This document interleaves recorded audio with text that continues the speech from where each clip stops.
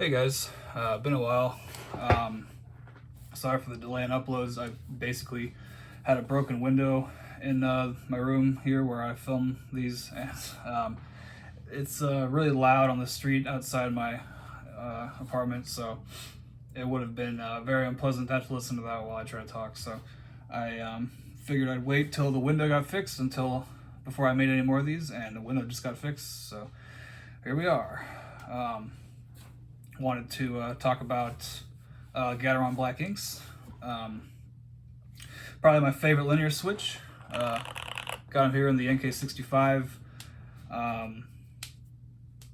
These are Black Inks lubed with Krytox 205 grade 0 and 105, no, not 105, super lube on the springs, bag lubed, and some films that I got off Amazon. I don't think they're particularly thick films, but they get the job done. Some people say that filming isn't necessary. I think filming is necessary. I have yet to encounter a switch that doesn't need films. I'm sure that some do exist, but basically filming,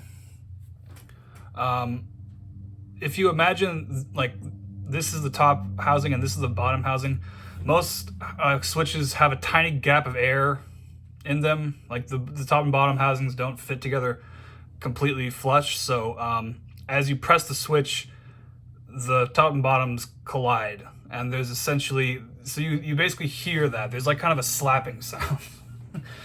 Cherry switches are pretty notorious for this. Cherries are like what films were originally invented for, I think. So some people say like, oh, there's no wobble, you don't need films, but like, I don't give a fuck about wobble. It's about that weird slapping sound, which I don't have anything to demonstrate that, but I will be able to show. I will show that one day. I have an idea of how I could do that, but I mean, I would have to just unfilm a bunch of switches, but I think I have some stock switches I could just put in here and do a comparison. But yeah, filming is necessary. So I filmed these. I'd say filming is, in my opinion, more for the sound than for the wobble, because it fills in that gap. So rather than the parts can't slap against each other anymore, so you remove that little bit of extra sound and you just hear the bottom out, which, as you can tell, pretty nice. I do have this on a towel, but that's not for sound purposes. That's just because my desk is kind of gross underneath. So, I mean, if you watch my other videos, you've seen what my desk looks like. So, side note, the thing that caused me to have a broken window also messed up this desk pretty badly. So, I will be upgrading desks in the near future, and we'll probably retire the towel. But I think the towel is a good enough thing to use for now. But so yeah, these are Black Inks. I only have Black Inks in the letters and spacebar. As I do with all linears, I only loop 27 switches, because doing more than that is just like horrible. I hate looping switches. As far as smoothness goes, there's no real meaningful way that anyone can just tell you the way a keyboard switch feels and how smooth it is. Like, that's just, you really just have to feel it, and there's no way, unless you feel these exact switches that I'm using, you'll never really know what I'm talking about, because stock inks feel different. Stock inks are pretty good, but they feel and sound different. And lube jobs are going to vary. Everyone's got a different method of lubing. I go for a, not like over lube. I have over lubed some switches in the past, and it doesn't produce a very good feeling. But I definitely try not to use too little lube. And I lube both. I lube tops as well if I'm doing linears, because you want to have the good topping out sound as well.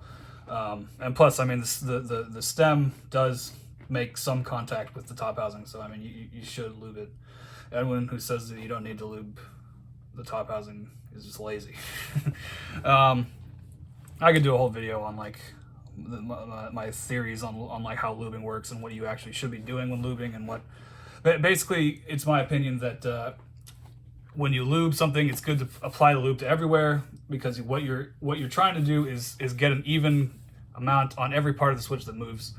And if you only lube the stem, that can happen if you apply enough lube to the stem, but it will take longer.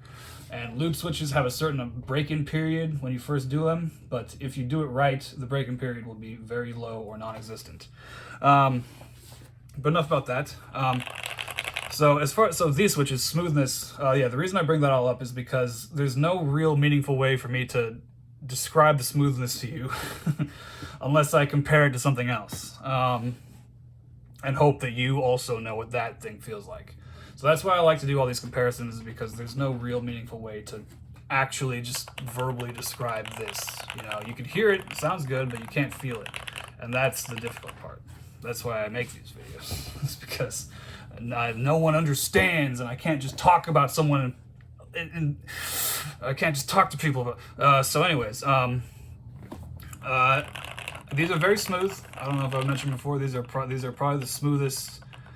These and Duroc linears are about tied, but the Duroc linears are not any noticeably smoother. Some people say they are smoother, but I don't think so. Duroc linears being JWKs, tangerines, alpacas, etc. I'm pretty sure. Okay, tangerines I think are slightly different, but they're essentially the same thing. They're all made in the same factory at the end of the day.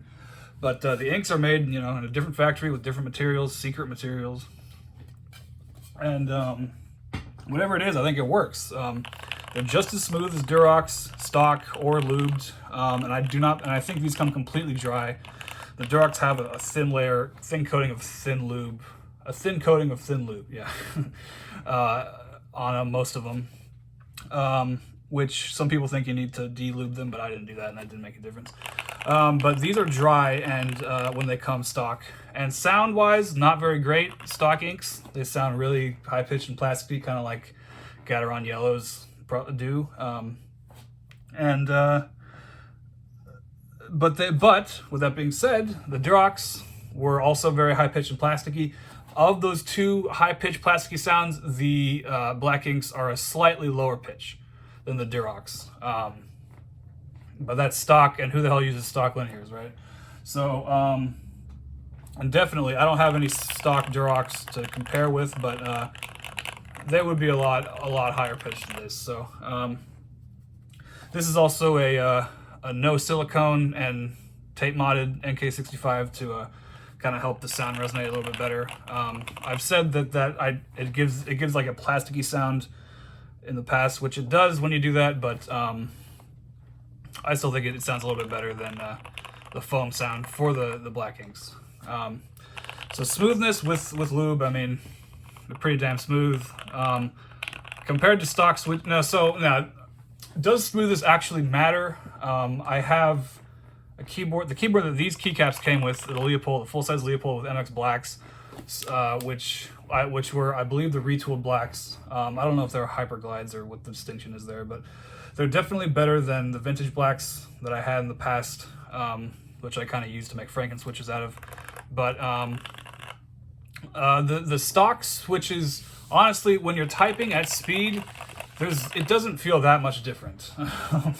If anything, the stock switches feel a little bit like they feel a little bit crispier. They feel almost more tactile because the bottom out is a lot more solid, because there's a little bit of, this is ever so slightly dampened by the lube, but a stock switch is kind of a much more crisp bottom out feel, which is not bad. You know, it's kind of refreshing to use after a while. But I don't have that stock MX Black keyboard here. Obviously it's not hot swap. I don't have it here. I'll let my roommate use that. He took it to work, so fortunately can't make videos on that one, but it's a pretty unremarkable keyboard. I have another Leopold TKL with browns that I will probably make a video on to just talk about unremarkable keyboards as a whole. There's not a whole lot to talk about it with it, but stay tuned for that perhaps.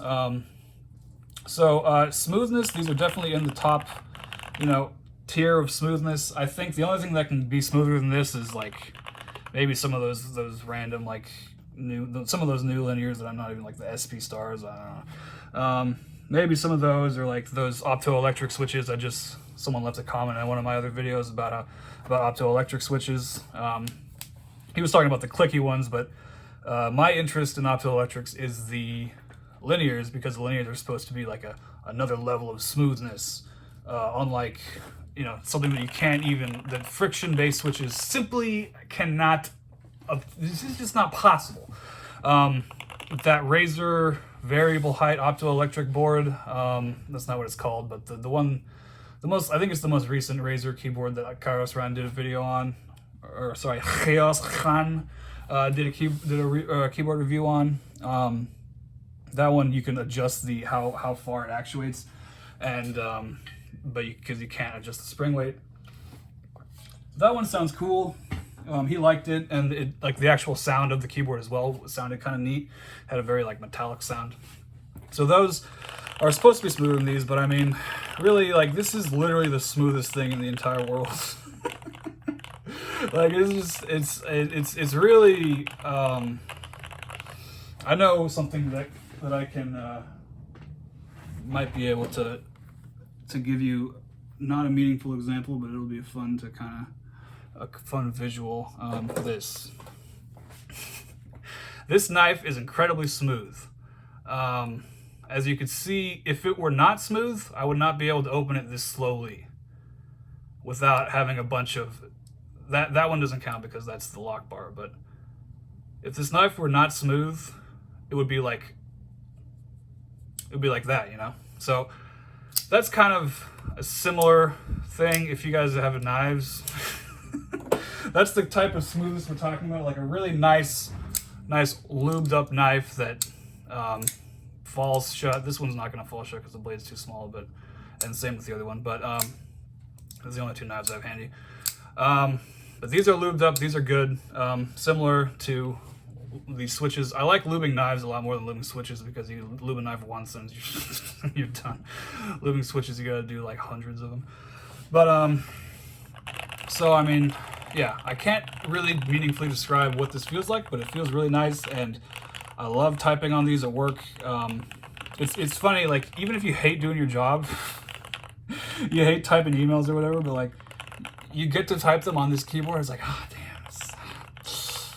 it's not that bad, you know. I guess maybe things aren't that bad at all. But so I think smoothness, I don't see how or why you would want to get any smoother, because like I said, like, stuff that's like a little bit less smooth than this still feels almost as smooth while you're typing at speed, you know. So it really, you're like really splitting hairs at the end of the day, and I have a feeling that if I ever try those optoelectric frictionless keyboards, I'll probably have a similar conclusion, but or who knows, maybe it'll blow my mind and I'll become a full-on Razer guy.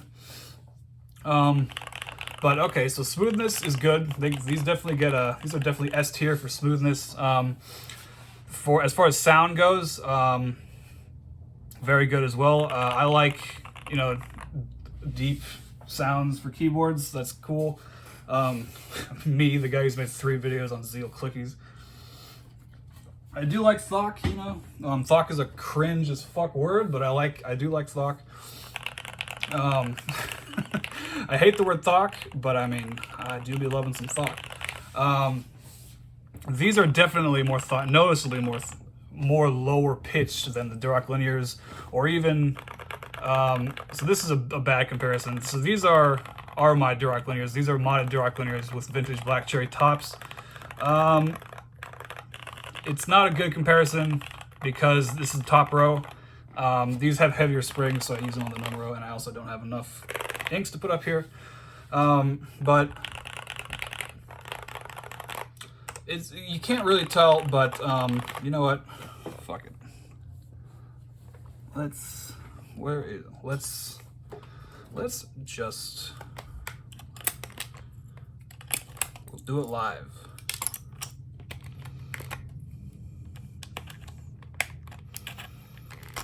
So, oh yeah, I got a tripod so I can use both my hands. I'm sure you guys are real happy about that. I won't have to do those shitty sound tests anymore. So this is black ink. This is what it sounds like. I hate when people do this. Like, what am I supposed to do with this knowledge? Like, okay, this is what it sounds like. Like, this isn't a real use case. What the And this is the Duroc with the vintage black top. I think these look pretty cool. Very similar sound. Could put it close to the mic. I'll do both. This is the Duroc. This is the ink. This is telling us nothing, but okay, I'll switch. I'll put the Durock in the cube and the ink in the one. Those both felt like horrible presses. I hope I didn't bend a pin. Oh, the keyboard's not plugged in. Okay, we're good. All right, so sound. So this is on the Q row. This is a black ink. Sorry. This is a black ink. This is a modded Durock linear. This is a black ink on the num row. This is a modded Durock linear on the num row.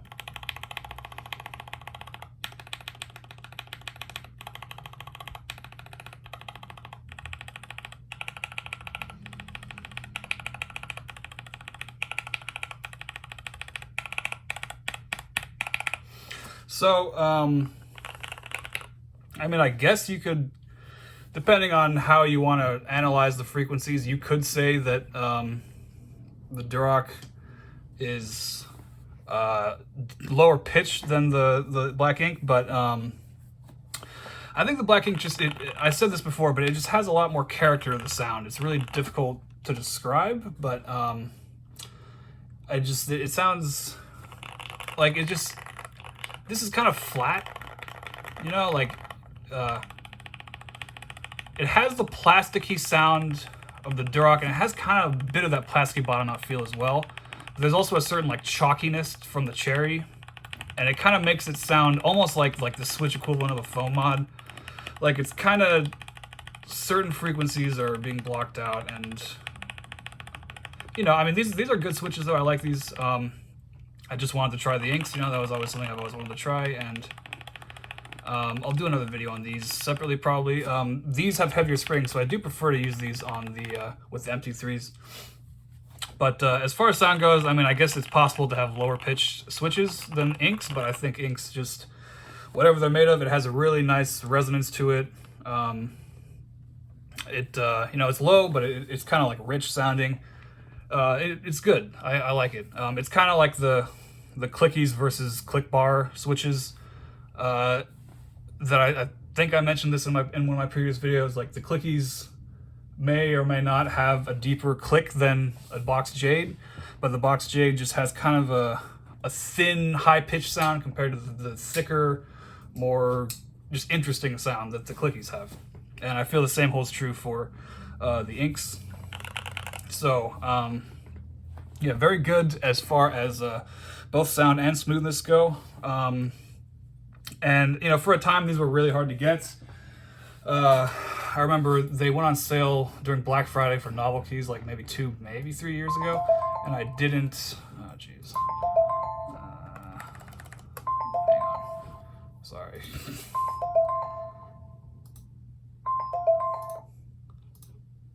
Okay. Apologies for that.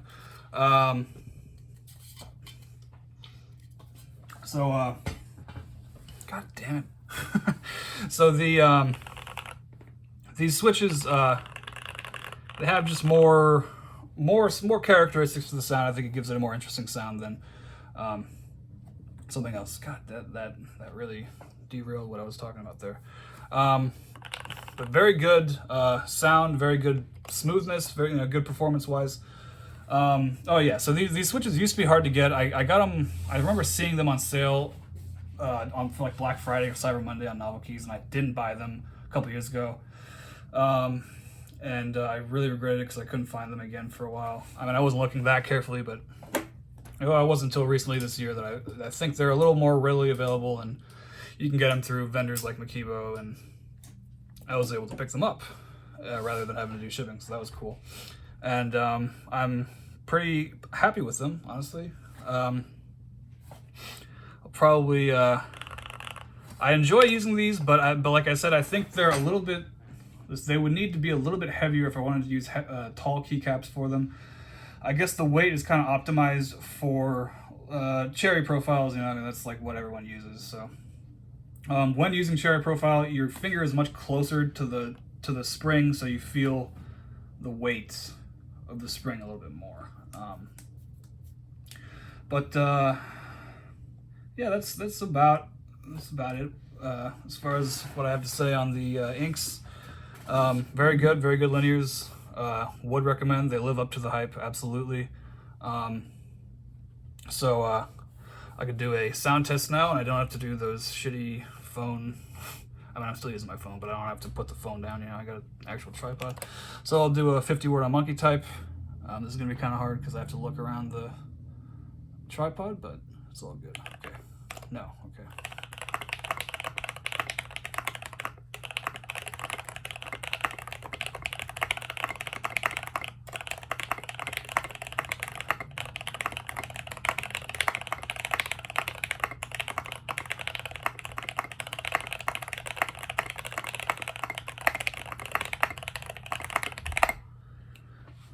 All right. Let's see. 127, not bad, not terrible. Had pretty bad accuracy. Made a lot of mistakes because I'm reaching around. But that's what they sound like. That's what the switches sound like.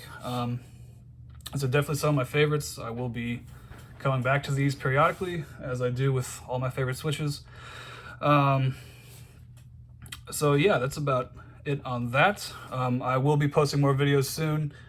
I might do an NK65 review, I might do a Q1 review. I'm going to do one more video on the clickies, I think, to do a final verdict. I may do one more video on these, put them in the Q1 to give another perspective on a different keyboard. This and the Q1 are not the only keyboards I have, but they're the best ones I have for testing hot swap switches. So that's why you keep seeing this one. I have some more keycaps too that I can use, so you don't have to keep looking at this set. Although this is not a bad set. And yeah, I've kind of upgraded the filming. Not really, but I got a tripod. I'm gonna get a new desk pretty soon as well. And you know, who knows, I might get a new phone or something. But I'm trying to record this one in 4K. I noticed I could do that, so let me know how the video quality is. Hopefully this looks a little better than the previous two videos. But yeah, all right, that's about it. So thanks for